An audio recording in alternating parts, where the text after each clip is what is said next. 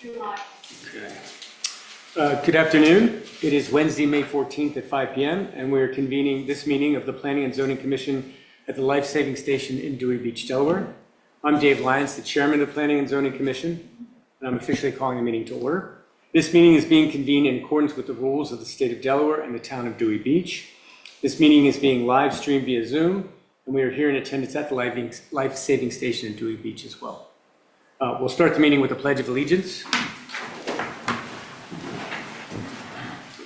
I pledge allegiance to the flag of the United States of America and to the republic for which it stands, one nation, under God, indivisible, with liberty and justice for all. Thank you. All right. Well, then I'm going to go ahead and proceed with the roll call of the members. We'll start with those in the Zoom, in the room. Don't see anybody on Zoom yet. So, Mike Armour? Here. Mark Norquist? Here. Myself, Dave Lyons, I'm here. Jimmy O'Connor? Here. Mimi McKinnon? Here. And I want to welcome Suzanne Evans to the Planning and Zoning Committee. So Suzanne's here. Hi, everybody. Want to just take a minute while we're here and let Suzanne just give a brief introduction to herself since she's joining us. Suzanne Evans. I live at 24 Dickinson Avenue, Unit 3A. I've owned that unit for me and my husband have owned that unit for 26 years. I was in real estate 51 years. I owned a real estate business my last 25 years. I was a freelance real estate appraiser.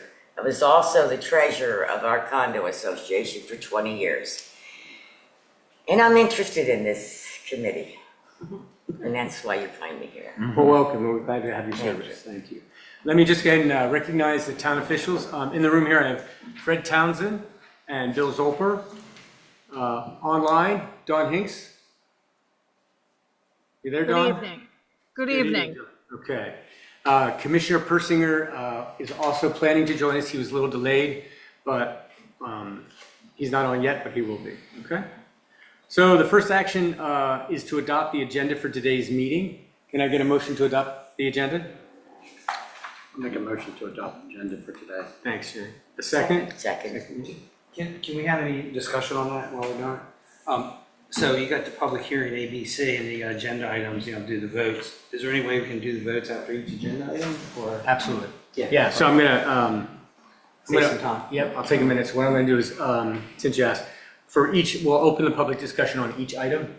We'll get the information presented, ask any questions amongst the committee members, then we'll open the public meeting, get all the questions, anything out. We'll close the public meeting, and then if there's any further discussion around the commission members before we vote, make a recommendation, we'll do that.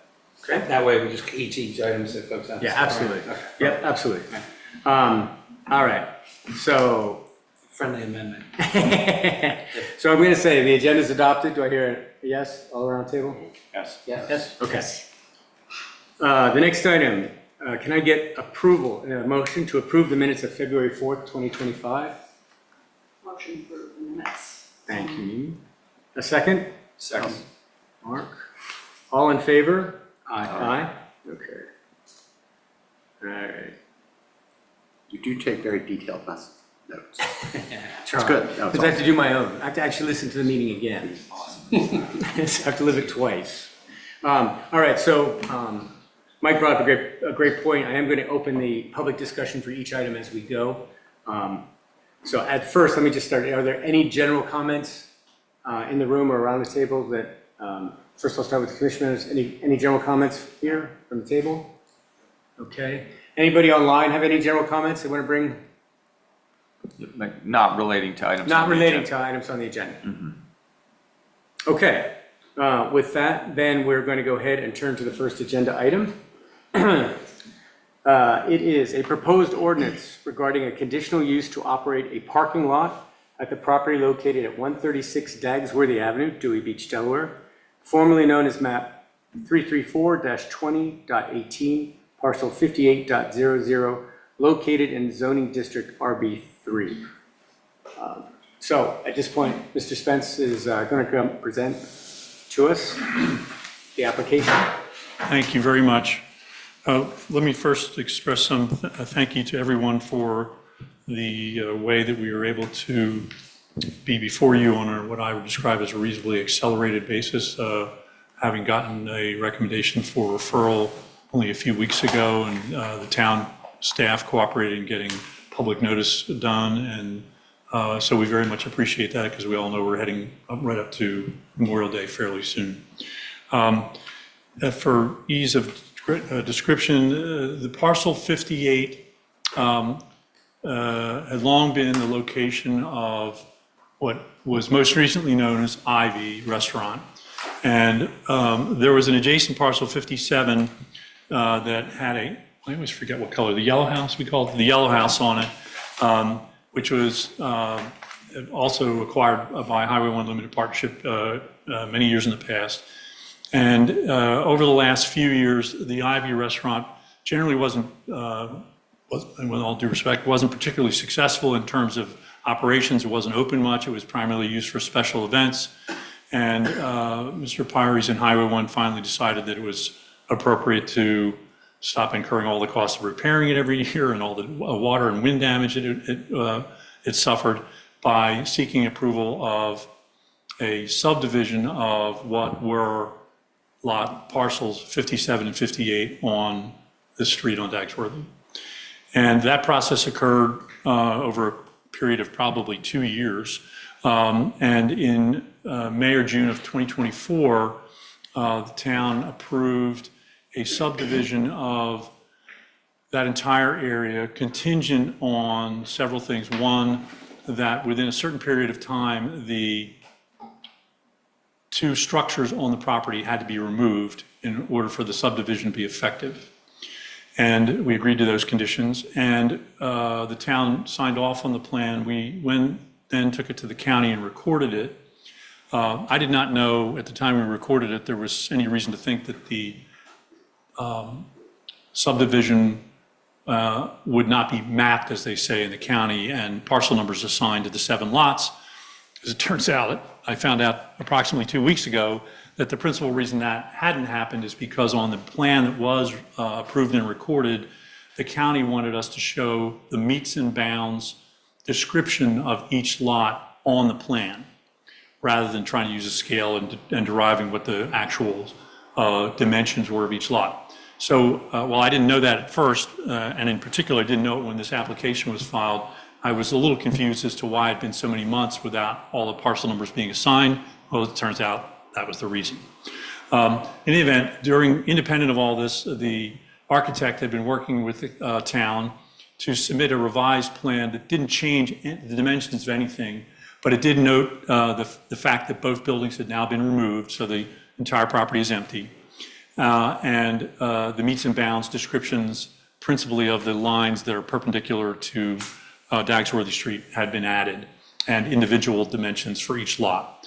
That has not been recorded yet, and thus, technically speaking, the application that we're seeking approval of only deals with parcel 58 as it existed. And I've got some handouts, and I'll show you in a minute what I mean by that.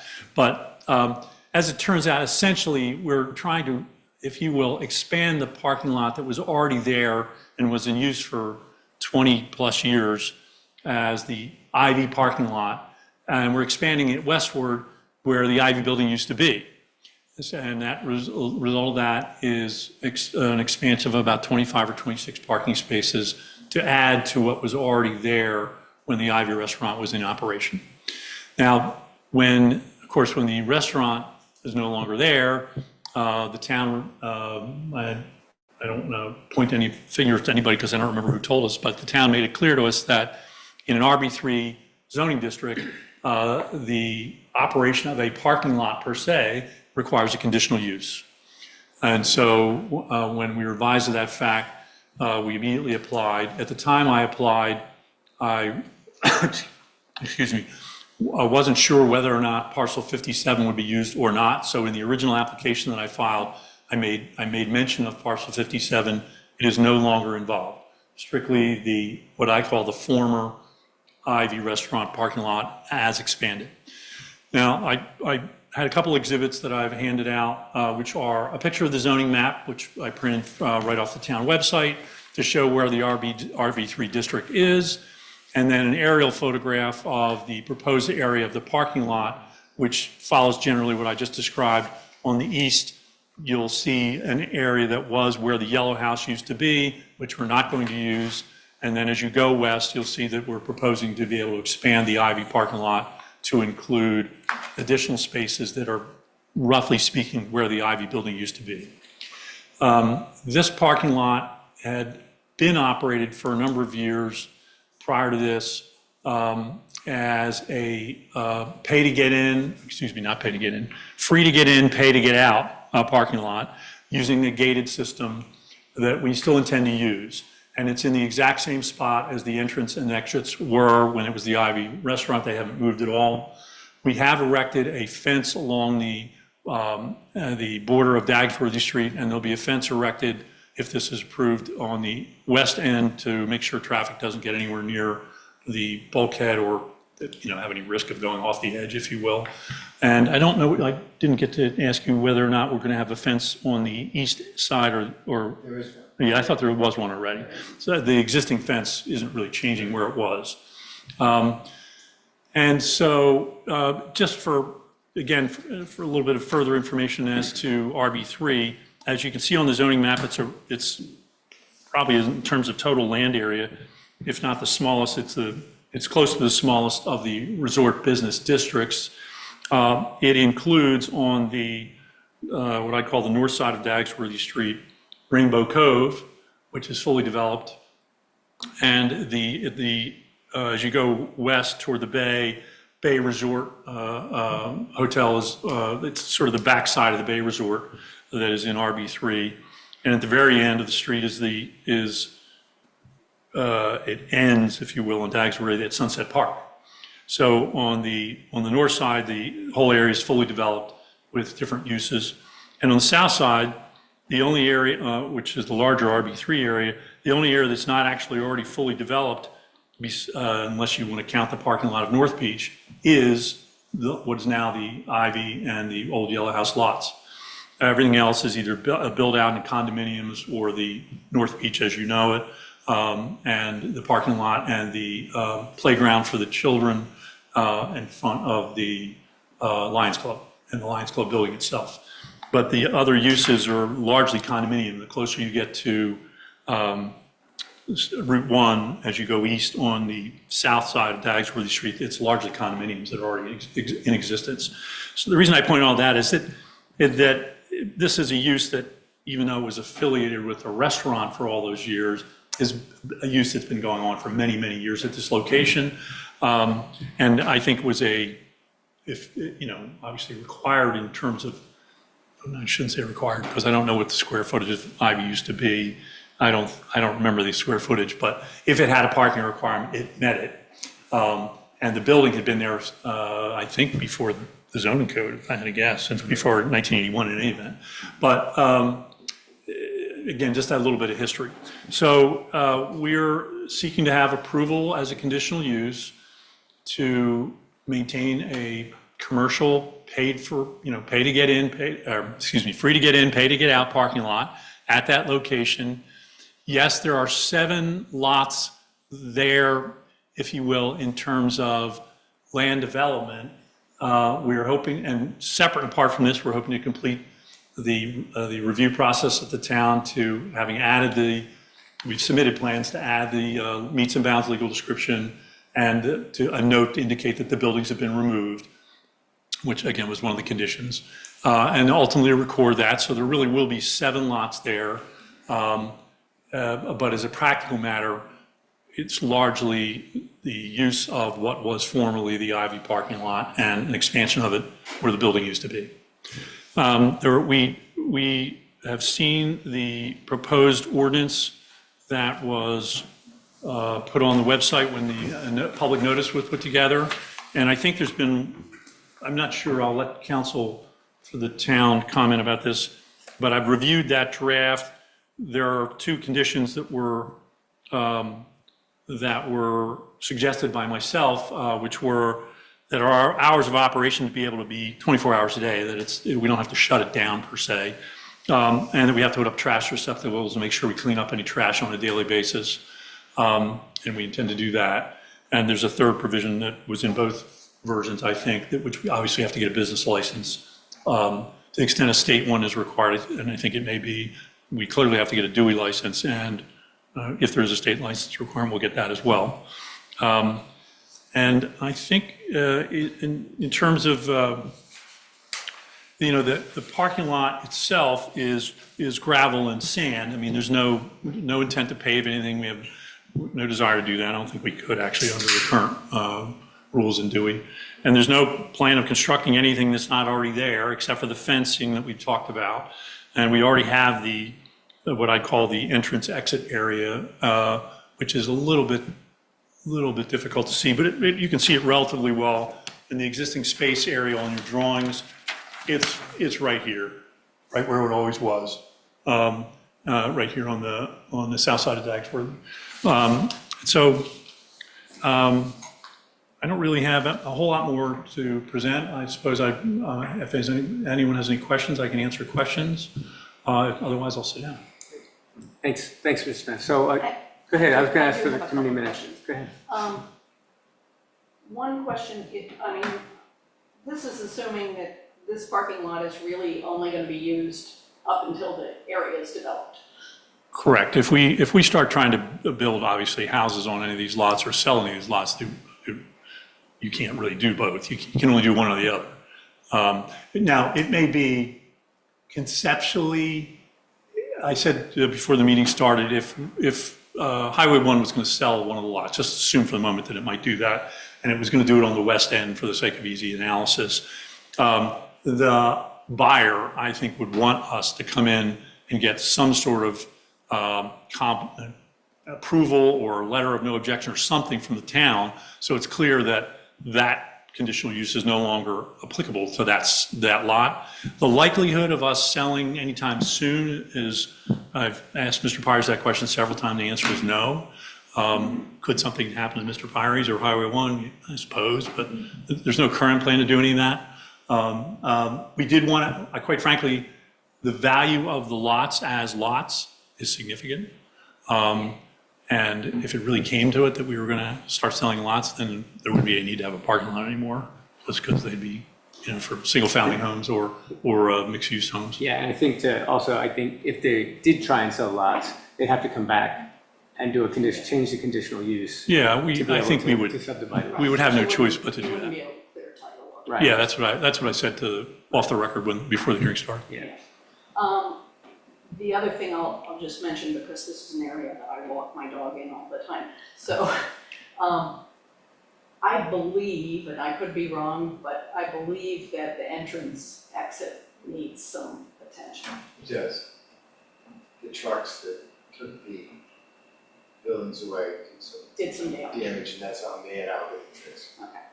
We're waiting for you guys to, Decide whether we can do Decide this. whether we can do it. That's Right. fair enough. but yeah, we have a company lined up to do it. John's been handling that. We'll get that done, give us a few weeks. Okay. Any other questions from any of the commission members? No. Okay, I'm just going to ask any town officials if they have any questions, and I'm going to open the public meeting. No. None from the I mean, town. if Dawn does, but I don't. Okay. Don Hinks, do you have any questions for Mr. Smith? Question. So therefore, the originally submitted 7 residential lots is invalid? Is that correct? If now we've got parcel 58 and then the other one where the little yellow house was, is that now gone back to that? No, Don, this is Fred. The subdivision application is not invalid. The applicant is asking us to consider all of these lots consolidated for purposes of operating a parking lot. So Don, I think that one of the questions was whether or not what the work was that I believe Element did, right? I believe that was the Element is the architect. The architect, right. With So- the assistance of Pannoni and right. Associates. And all he was providing were the bounds that the county requested clarity on the lots. And so his change is only to provide clarity on the lots of the subdivision. So that's, I think, what is in your queue or with you to approve, I think. But this is independent or a request to use the property as parking, not necessarily to build lots at this point. It would be over and above that. It- Over and above residential use, Yes. And I would say in addition to, is the term in I would. addition. Okay, thank you. Anything else, Dawn? Okay. No, that's all. Thank you. I mentioned just one thing. Go ahead, sure. Do you mind stepping up to the Just to microphone? 'Cause identify there- yourself. So Dawn won't be able to hear you, for instance, Oh, I'm and sorry. neither will the public that's watching. Sorry. That's okay. For the first like 20, 21 years, the parking was free in both that lot and the North Beach lot. We never had any intention of charging until we had problems late at night, particularly Friday and Saturday night. And Pete Schwarzkopf, it was his suggestion, as you well know, that if we charged people both there and at the Rudder simultaneously, the hardcore people who were coming down from, I don't want to disparage anybody who's listening, but the Dover hardcore crowd and the other side of Milford hardcore crowd that was coming down wouldn't pay $10, $5, $4, wouldn't pay any dollars to park. That was Pete's idea. So simultaneously, I think it was 5 years ago, we started charging at the Rudder and at North Beach and Ivy, and it made a huge difference because they will not pay. And that puts them back on the street where our Dewey 5-0 has a fair chance at them. You either park on our streets and pay, or maybe you pick another town. So that's really that was the motivation behind charging. It really didn't have anything to do with a business.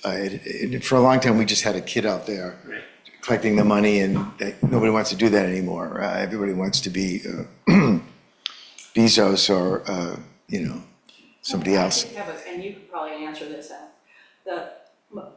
I had a question on the suggestion that it be 24 hours.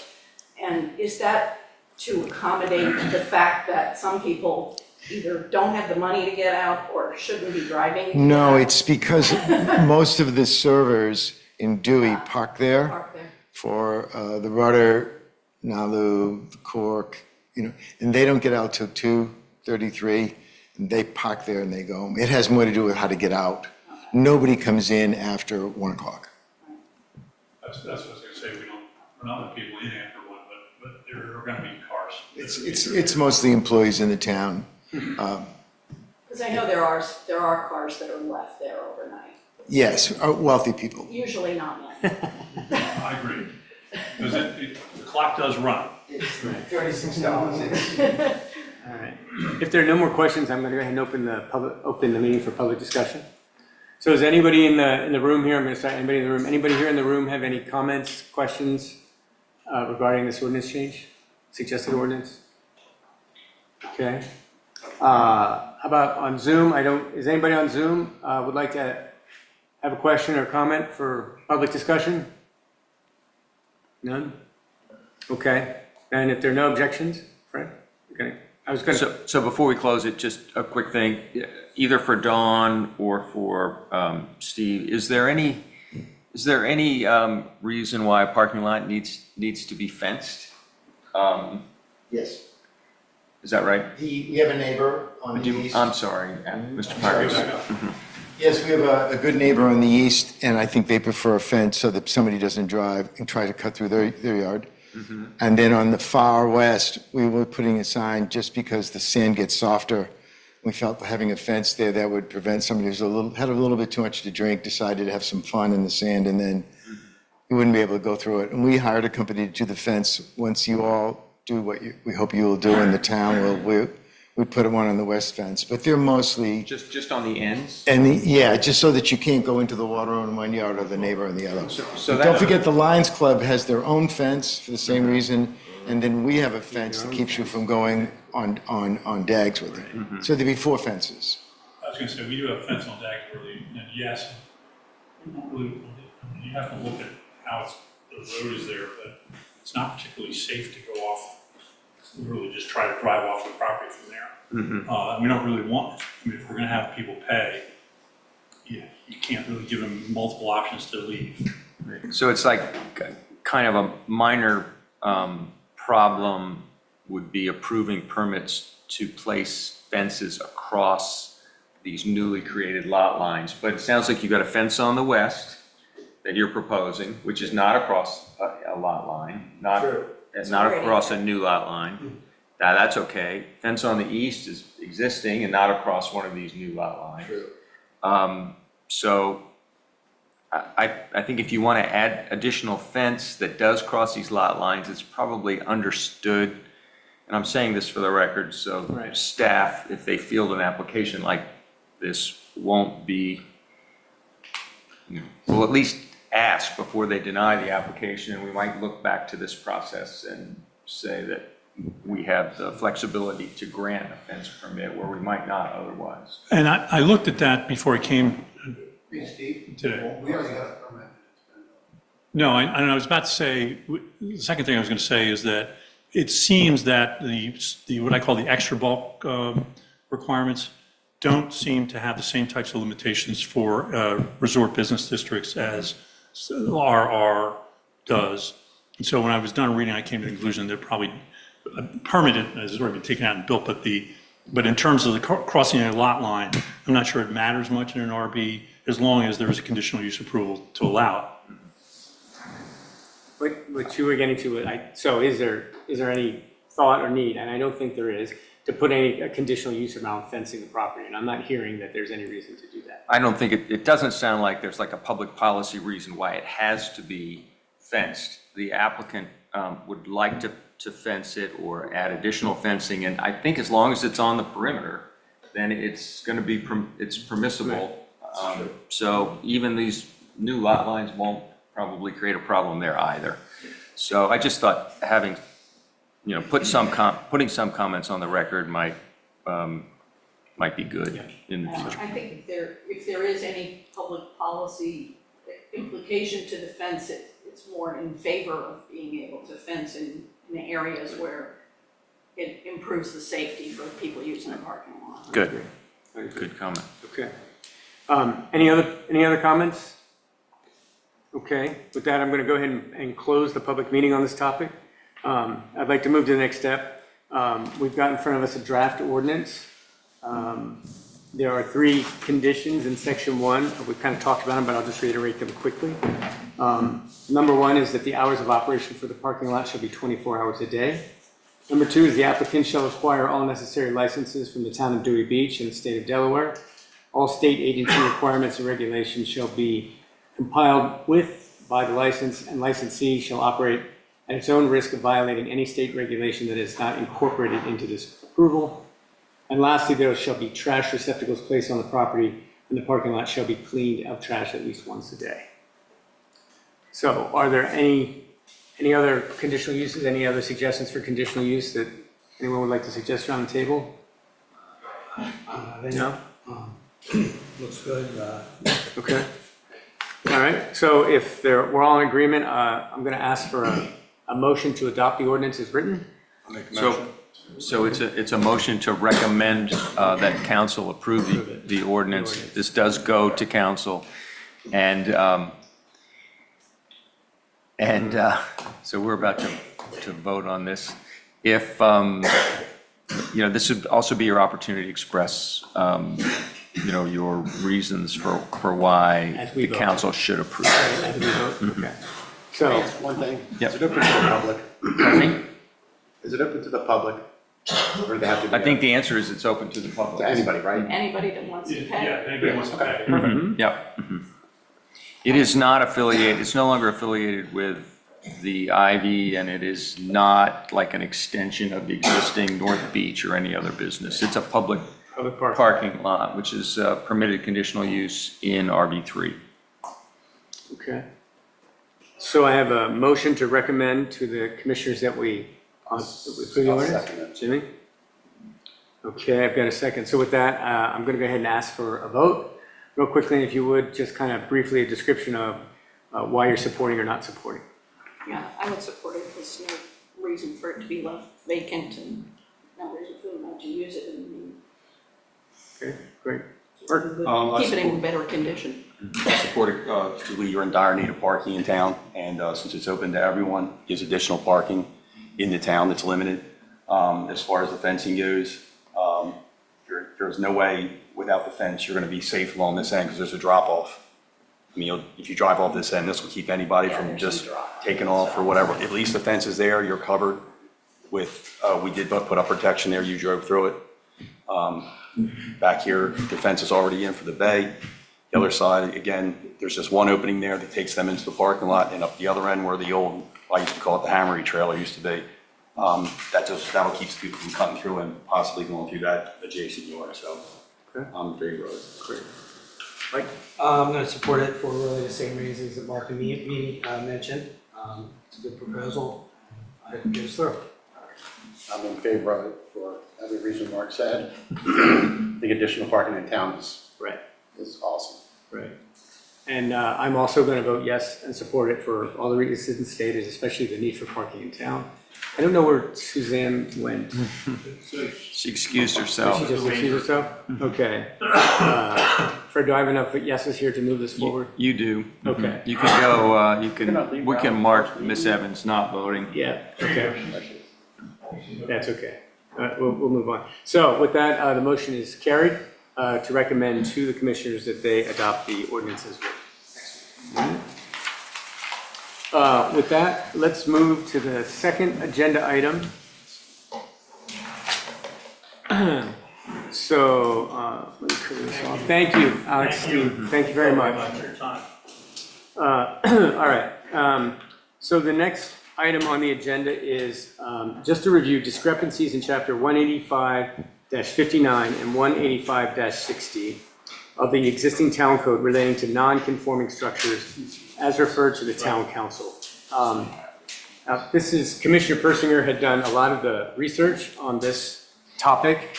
He and I discussed it, so I'm going to do my very best to walk you through it with what his suggested changes are. So basically, the reason we're bringing these forward is that there are inconsistencies in some of the wording, or that there are inconsistencies in what we call out to flood ordinances that don't really belong here. So not only do they not call out the right ones, they really don't belong here because it's dealt with in other places in the code, and all we are is duplicating it. Okay, that's primarily the nature of the change, is to clarify the code for at least the first one, 185-59. So of the changes that we're suggesting in paragraph A, to drop the word the instead of one or more. So basically we'll say that does not conform to one or more of the required setbacks. And we'll drop the words in any respect does not meet town building elevation standards and has suffered substantial damage. Said structure shall be elevated to the relevant minimum building requirement as per, and we go here, this is the flood ordinance 101-27A. This is the actual correct reference to the town code, as well as 101-33B. So we're correcting that. One other title I should say, let me go back. The original title is damage or destruction of non-conforming buildings. So this would apply if we had a non-conforming building that was damaged, how it would be reconstructed. Okay. Next paragraph, number 1, remains as is, which basically speaks to defining substantial damage as per NFIP. We're going to drop paragraph 2 because it is incorrect or just references the wrong paragraphs. And we're also suggesting dropping underneath that A and 3. So that's really the nature of the change. It just cleans up the code and eliminates the inconsistencies. Okay. So I will take any questions from any of the commissioners. Anybody have any questions for me? How about in the room? Oh, there's Commissioner Persinger. Just in time. Hello. Yeah, hi Gary, just in time. So I walked us through 59, so if you want to add any comments to it, that'd be great. Well, not knowing what you've said already, it's hard to comment. I basically said this is, we're cleaning up the code, removing any inconsistency, any duplication for, our flood ordinances, referring to just making the corrections and making it very clear in terms of non-conforming. Yeah, that sounds good. Okay? So with that, Dawn, any other, I'm going to go to any other town officials have any comments on the change? I'm going to say Bill doesn't. Dawn, do you have any comments?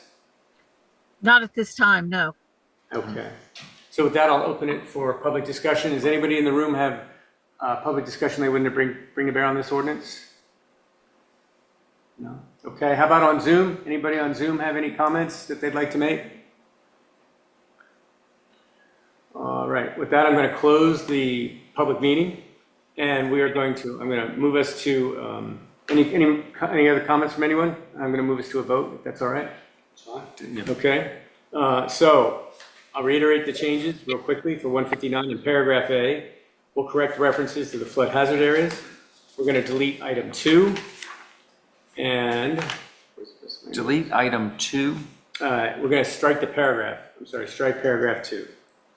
the entirety of A2. Yes, because it speaks to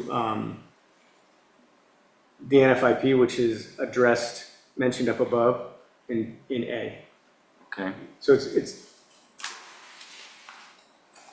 and the last change would be to delete item 3 as well in this section.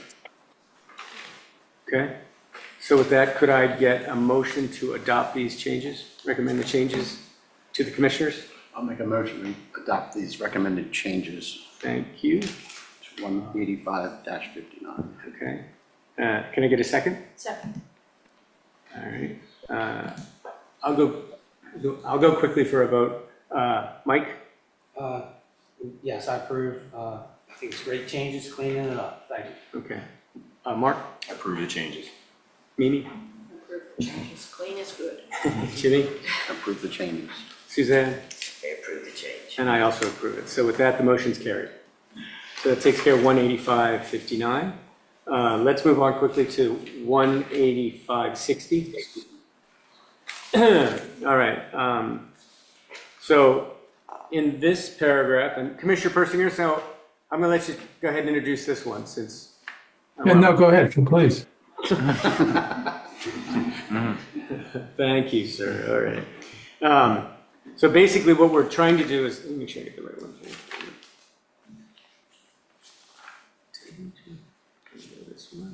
Here we go, sorry.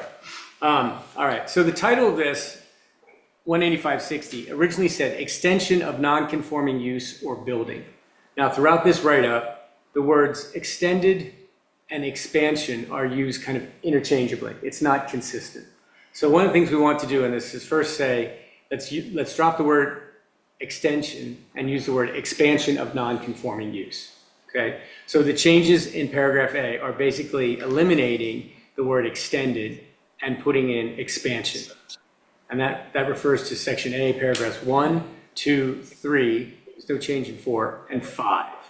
And also, I believe there's a note here that this is being renumbered because I believe today it's called 6. So we want to clarify that. Is there a difference in meaning? Is there one reason why extension is preferred or not preferred in relation to expansion? So the paragraph, the reason we went through is, this section describes condition under which an expansion of a non-conforming use of a building is permitted.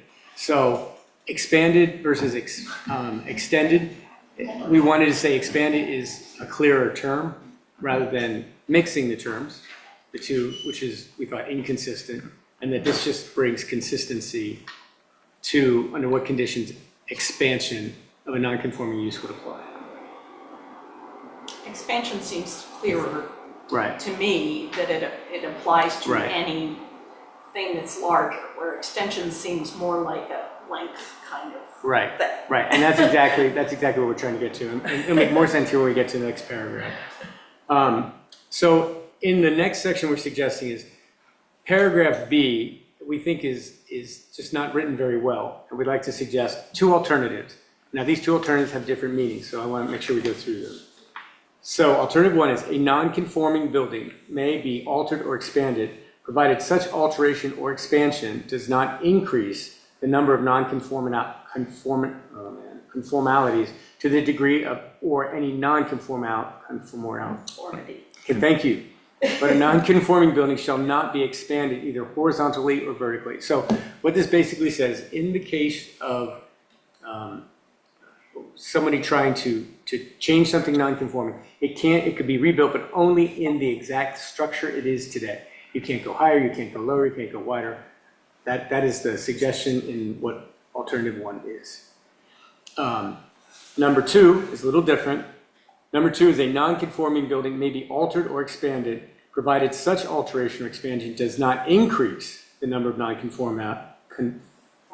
thank you, or the degree of non-conformity.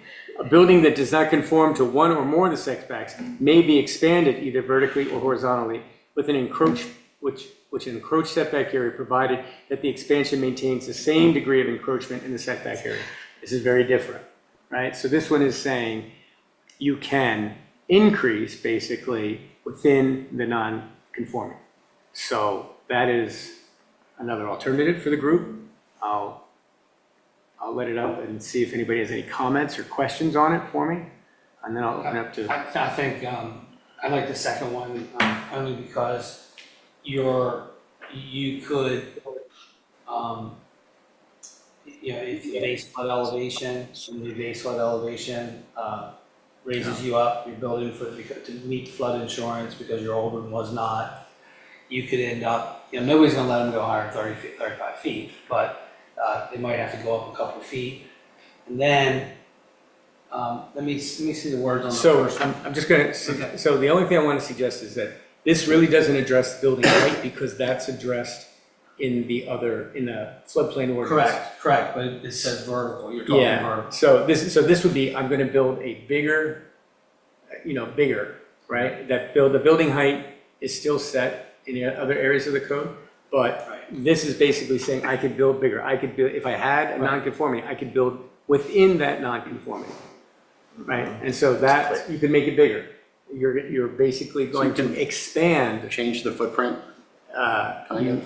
It does, the way it's written is may be expanded either vertically or horizontally within an encroached setback area. So if it's already encroached, you can maintain that same degree of encroachment. That's the way it's written. It's the footprint, right? Yeah. So you can do more with your footprint, you just can't go beyond. So let me give you an example though. I have a first floor, and now this was a non-conforming building, and now I come in and I say I want to put a second floor. The way number 2 is written, I can now put second floor on top of my first floor because it's non-conforming. It didn't meet any one of the setbacks. So we adopt number 2, we're basically saying you can increase the amount of non-conforming because I'm going vertically. So that's a complete derogation of what this provision stands for right now, which is to say that you can't you can't exaggerate a non-conformity by building a second floor on top of a portion of the house that's already in a setback. Setbacks are designed to limit volume, to direct bulk into a building envelope and not outside of it. This is to say that if you've got, if you make this change, and I'm not sure where this change is that you're reading from. I mean, are we looking at this document here?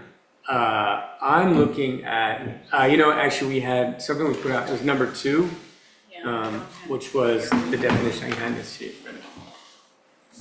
But there were 2 alternatives. Yes, that's, No, that's not it. No, that's it. Let me see yours. No, that's it. This or this? Yeah, this is what he's talking about. This. Yeah. 18560, right?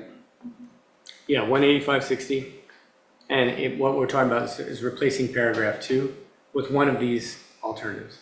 And Commissioner Persinger, this would be a good place for you, I think, to provide your insight. Paragraph 2? Sure, Well, 18560. Pass that down, that's what he's proposing. the problem for me with the existing language in paragraph B is there's no there's no definition of what degree of nonconformity means. There's no place in our definitions which makes that clear. And so, we just had Fred's interpretation of what increasing the degree of nonconformity might be, but it's really subject to interpretation, I think. The other problem with the existing language is it says a building which does not conform to the required setbacks in any respect shall not be expanded either vertically or horizontally in the setback area. So what that says is you could only not expand vertically or horizontally in the setback area if the building doesn't conform to any setback. That's literally what the English of that says. And I think the interpretation of this, or at least the application of the existing language has been exactly what Fred was suggesting, that if you have a non-conforming building, you really can't expand in that setback area. You can't either build up or you can't build out. You could expand the building. You could build a second story as long as you're within the setbacks, or you could build out, behind it, behind the existing building if you don't build into existing setbacks. That's the way it's been interpreted and applied. And people who are in a position of, I think we've had a couple of situations where a property is actually built all the way out to the setback, through the setback area, and they have no opportunity to expand in any way unless they go back to the Board of Adjustment. And so that's kind of what the application has been. But the language itself simply isn't clear. So alternative two was, intends to kind of open that up and allow you to expand. If you assume that, let's say you have a property that's 2 feet into the setback, if you build on top of it and you don't go any more than 2 feet into the setback, you haven't increased the degree of nonconformity. That's an argument that could be made. Fred wouldn't agree with that. And I perhaps, don't agree with that. yeah, in his experience, that has not been the way it's been applied. Right. So alternative one is really an attempt to really clarify, write a clearer statement of how this particular paragraph is being applied, so that you can't, if you're encroaching in a setback area, you can't expand either vertically or horizontally. If you have a problem with that, you always have the option of going to the Board of Adjustment. You do, and then, there's always this concept in place that what the administration should be doing is trying to urge people to bring properties that are not in conformity Sure. into conformity. conformity. So the other option is start from scratch.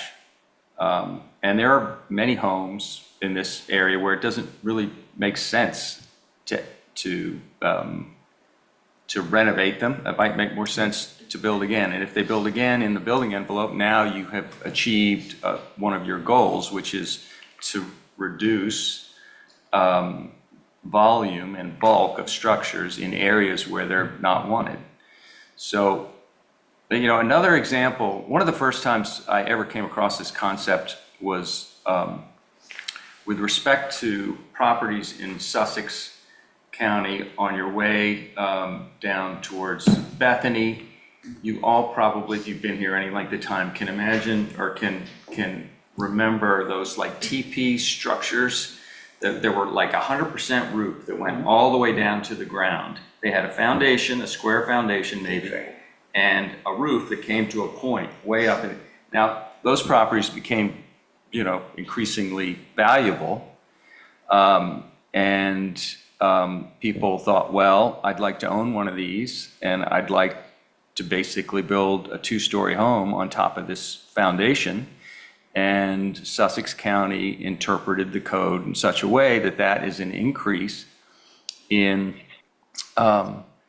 it's an aggravation of the nonconformity to the extent that those foundations were not in the building envelope. So those properties to be renovated either had to be demolished or variances had to be granted.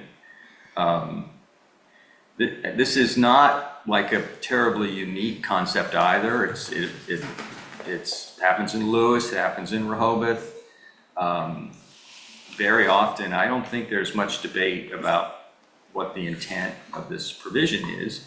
if you've got a building envelope and you've got available floor area ratio and available lot coverage to expand, you can expand as long as you're expanding in your permissible building envelope, but you can't aggravate a nonconformity by building a floor on top of an area that's already prohibited. So that's how I interpret this. I think that's what it means. To change it would not be, I don't view as being just a housekeeping item. You know, I think it would be a very substantive thing to say that if you've got 4 feet of an encroachment in your rear yard, that you could build a second floor on top of that. Thanks, Fred. That's what I feel. So I guess I want to do this. Are there any other questions around the table here before I open it up for public discussion? Any questions, clarifications from the group? Okay. Dawn, do you have any? Hi, Dawn. Do you want to bring us? Do you have any comments or questions on this topic?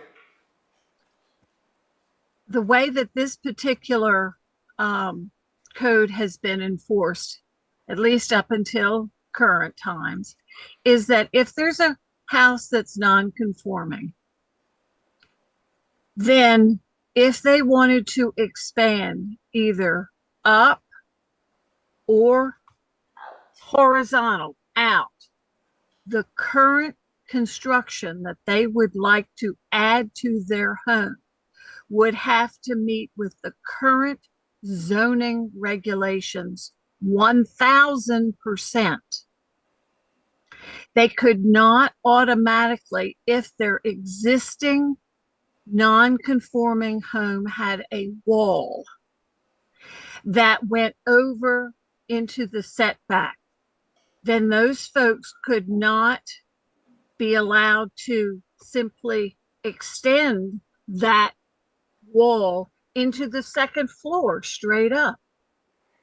It would have to be tiered into outside of all setbacks. It would have to meet all height restrictions and so forth. So that's the way we've been interpreting this thus far. We have allowed non-conforming homes to increase the size of their home as long as the increase was totally conforming with the current zoning requirements. And so that's the way we've been interpreting it now. So are we now not going to allow? So Perhaps I'm not understanding. No, you are. No, that's exactly what you answered. That's what I was hoping to get. So what you basically just stated is how we're currently interpreting the code, to me, is what alternative 1 is, which says you cannot expand the degree of non-conformity. There, I got it. Right? I think to Fred's point, if we adopted number 2, that's a significant change to what this whole section of code is about. So I'll let it go around for discussion, but I'm going to. It's a policy change. Right. Yeah, this is a significant policy change. And so I'm going to go ahead and speak up. I have a question. My point here is alternative 2 is we should not consider alternative 2. It's not my recommendation to do it. Alternative 1 is in the spirit of what the code was written to. It's in the spirit of what they've been supporting. And I think all we're trying to do is clarify the code, make it easier to enforce. And so my suggestion to the group is to just adopt alternative 1 for paragraph B. I agree. I mean, you guys have been town's been doing a great job not adding to the problem. And they just need some clarification is the way I say it, so. Yeah, I'm gonna support that's one. it. That's it. So let me get, any of those other questions, I'm going to open it quickly for public discussion and I'll close it. Okay. So is there anybody who has any public discussion? Any in the room? Thanks, Fred. Any via Zoom?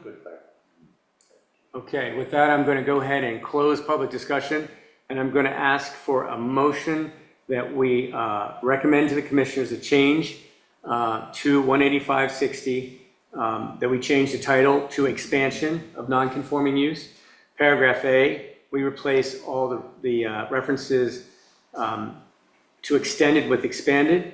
And in item B, we changed that paragraph to favor alternative 1, not 2. So with that, can I get a motion to make that recommendation to the commissioners?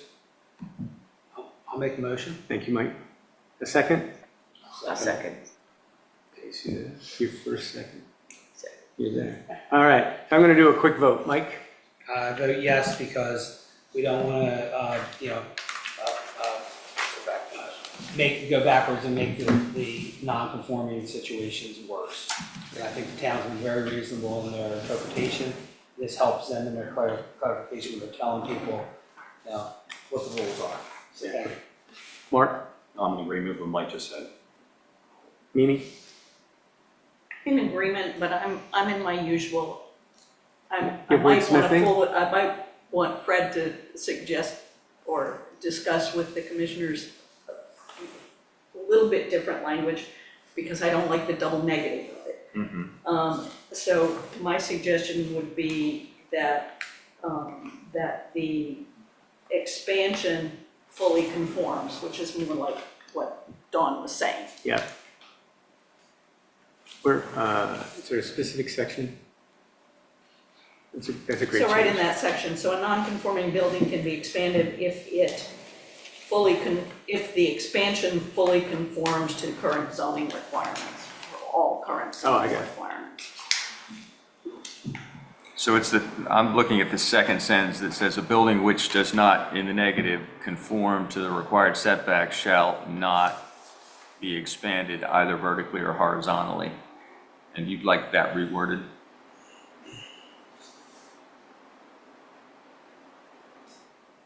So this is where I think we're reading from different things. I'm looking at something different. Uh, We're all reading the same paper up there. so this is the original markup, I'm looking at you're looking at the that? far left red.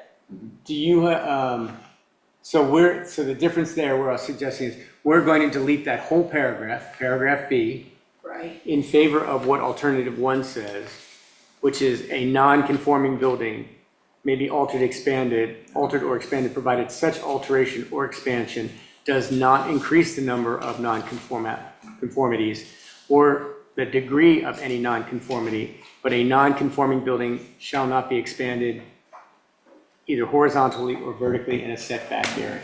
So I see what the question is. So with those questions that were raised in paragraph B, we opted to delete it in favor of this alternative 1.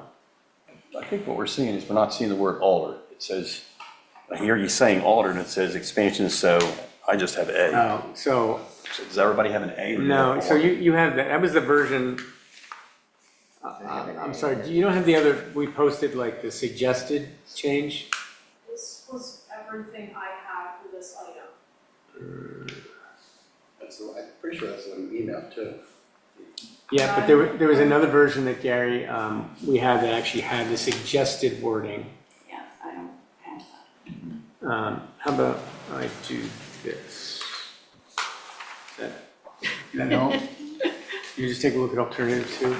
So basically, we're striking B and suggesting alternative 1 is the way it's written.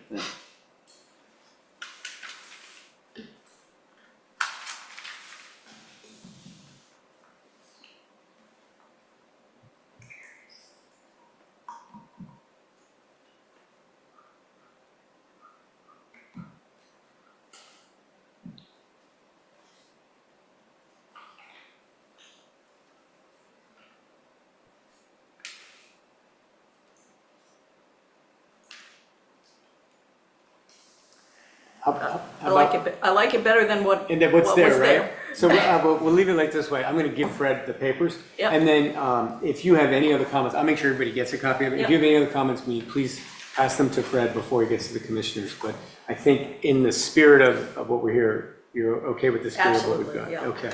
Okay, is this on the commissioner's agenda for this month? Just as a discussion on Friday, they're not voting on it. Okay, all right. Okay. Jimmy, in favor? So we've got, In favor, yes. Okay. And Suzanne? Okay. Okay. And I also support alternative 1.